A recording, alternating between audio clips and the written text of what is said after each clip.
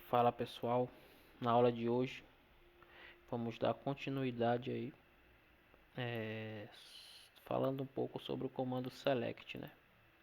Para trazer aí a tratativa de seleção de clientes. Na aula passada nós aprendemos a selecionar todos os registros, filtrando aqui determinadas colunas.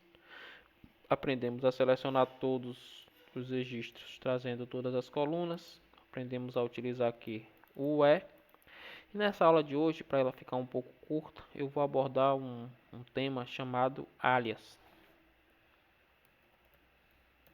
Alias nada mais é do que, por exemplo, o nome da minha coluna aqui do banco de dados, ela se chama nome, que representa o nome do cliente.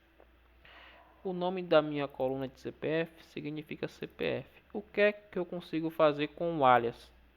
Utilizando alias, nós conseguimos dar nomes específicos para as colunas quando a gente faz a seleção. Por exemplo, eu posso dizer que o meu nome é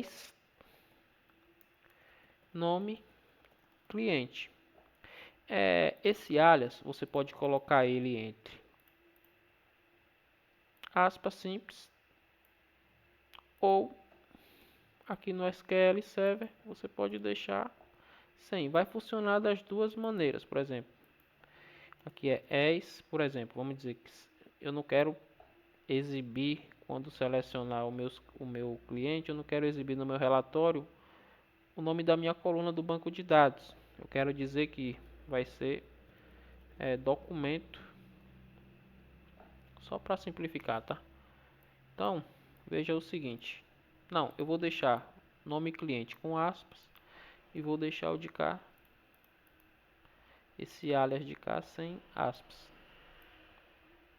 Observe que para o SQL funcionou de qualquer forma, para ele foi diferente, com aspas ou sem. Então fica a critério de cada desenvolvedor.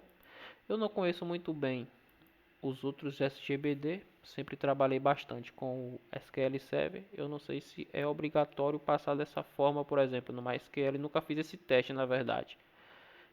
Atuo bastante com MySQL, mas nunca cheguei a fazer esse exemplo aqui. Eu sei que lá ele permite utilizar o alias porque ele utiliza a linguagem TSQL, que é a linguagem universal de banco de dados relacional. Então aqui você dá um nome para sua coluna. Normalmente a gente utiliza isso aqui, por exemplo, quando a gente utiliza o banco de dados plugado com o sistema. Por exemplo, às vezes você não quer exibir a estrutura da sua tabela para alguém. Então, você no seu banco, na sua tabela, o campo tem um nome, mas quando você retorna os registros, você mascara o nome principal da coluna a partir de outro nome. Por exemplo, aqui, nome cliente. Entendeu?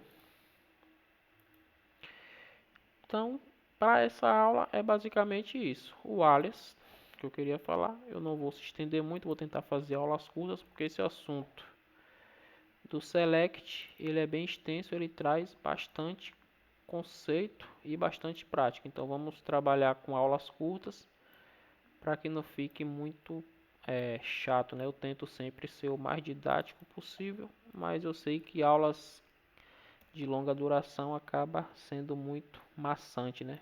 Eu estou compartilhando meu conhecimento com vocês, mas eu também sou aluno de outras pessoas que são referências para mim no mercado. Então eu também faço cursos constantemente. Nos vemos na próxima aula.